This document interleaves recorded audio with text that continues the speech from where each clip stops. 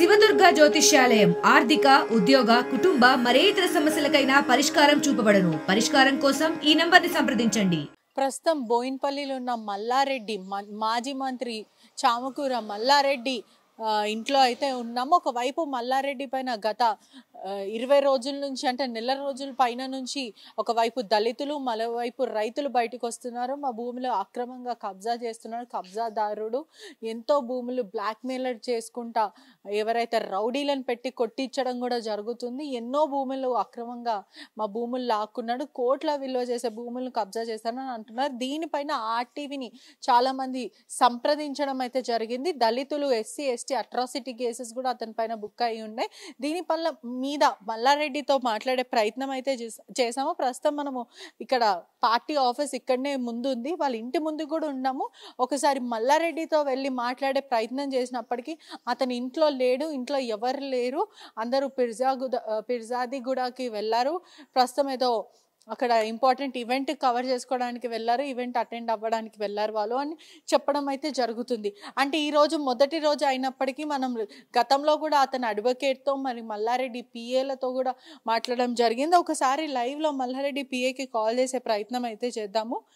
అసలు వీళ్ళ తరపు నుంచి రెస్పాండ్ ఎలా ఉంది, వీళ్ళు ఏం మాట్లాడుతున్నారు అంటే దీని మీద ఎందుకని వీళ్ళు స్పందించట్లేదు, అంటే వీళ్ళు తప్పు చేశారా, నిజంగానే కబ్జాలు పెట్టారా, మరి ఎందుకు దళితులు బయటకు వస్తున్నారు, రైతులు బయటకు వస్తున్నారు, అందరూ బయటకు వచ్చి మాట్లాడిన సమయంలో వీళ్ళు ఎందుకని ఇది నేను కాదు, నేను కబ్జా పెట్టలేను అని మల్లారెడ్డి ఎందుకని ఇప్పటి వరకు స్పందించట్లేదు?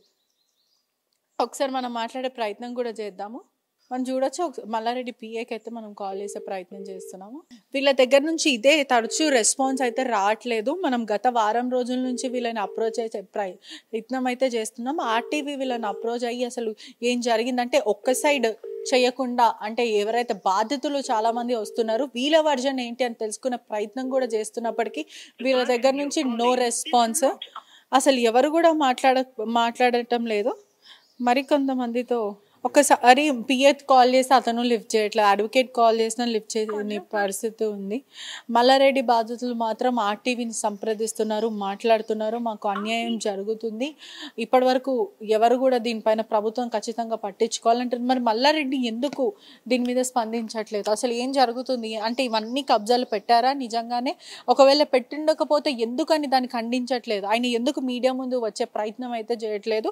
ఈరోజు మొదటి రోజు అతని ఇంటి ముందుకి రావడం అయితే జరిగింది. ఇప్పటి వరకు ప్రస్తుతం అతని ఇంటి ముందే ఉన్నాం మనము. ఎవరు కూడా లేరు ఇంట్లో, అందరూ బయట ఈవెంట్ కోసం వెళ్ళారని అంటున్నారు. ఉదయం అయితే 8 గంటలకు ముందు ఉంటారు, దాని తర్వాత 7:30 తర్వాత ఇంటికి వస్తారని అంటున్నారు. కానీ మల్లారెడ్డి రియాక్షన్, ఆయన ఖచ్చితంగా అతని అసలు ఏమంటున్నారు అంటే ఇన్ని కబ్జాలు చేశారు, కబ్జాదారుడు మమ్మల్ని కొట్టించాడు రౌడీతో పెట్టి, అంటే ఈ అరాచకాలు ఏంటి అని కూడా ప్రశ్నిస్తున్నారు. ఇప్పుడు ప్రస్తుతం కాంగ్రెస్లో వెళ్ళే అవకాశాలు ఉన్నాయి, బయట గట్టిగా ప్రయత్నిస్తున్నాడు అని ఒక వార్తలు అయితే పూర్తిగా వస్తున్నాయి. ఈ రోజు మనం ఇక్కడికి వచ్చాము, ఎవరు కూడా లేరు, మనం ఇక్కడ విజువల్స్ లో కూడా చూడొచ్చు. రేపు మళ్ళీ వద్దాం, ఖచ్చితంగా మల్లారెడ్డి రియాక్షన్ తీసుకునే ప్రయత్నం ఖచ్చితంగా చేద్దాం. ఎందుకంటే ఇప్పటి వరకు దళితులు రైతులు వీళ్ళందరూ బయటకు వచ్చి మా భూములు కబ్జా చేసిన కబ్జాదారుడు మా పొట్టగొట్టాడు, మేము ఎంతో కాయ కష్టం చేసి ఆ భూములు మేము కొనుక్కోవడం జరిగింది, అవన్నీ కూడా కబ్జా పెట్టిండు, అసలు ఏం బాగుపడతాడు అని చాలామంది అడగడం కూడా జరిగింది, అతన్ని తిట్టడం కూడా జరిగింది. కానీ మనం రేపు మళ్ళీ వద్దాము, అసలు మల్లారెడ్డి దీనిపైన ఏమంటాడు, అసలు స్పందించడానికి ఎందుకని నిరాకరిస్తున్నారు, అతని అనుచరులు కానీ అడ్వకేట్ కానీ లేదంటే పిఐ కూడా ఎవరు కూడా స్పందించకపోవడం చాలా దారుణమైన విషయం. అంటే ఇప్పటివరకు ఎందుకు స్పందించట్లేదు, అంటే తప్పు చేశారని ఒప్పుకుంటున్నారా, లేదా ప్రజల ముందు వస్తే ఎక్కడ పరువు పోతుంది అని భయపడుతున్నారా? రేపు తెలుసుకుందాం అసలు మల్లారెడ్డి ఏం చెప్తాడు, అసలు అతని అనుచరులు ఎలా స్పందించారని తెలుసుకునే ప్రయత్నం చేద్దాం. Cameraman శివతో పెట్రిషా reporting RTV Hyderabad. మరిన్ని వీడియోస్ కోసం ఛానల్ ని సబ్స్క్రైబ్ చేయండి, లేటెస్ట్ అప్డేట్స్ కోసం వాట్సాప్ ఛానల్ ని ఫాలో చేయండి, అండ్ లింక్ డిస్క్రిప్షన్ లో ఉంది.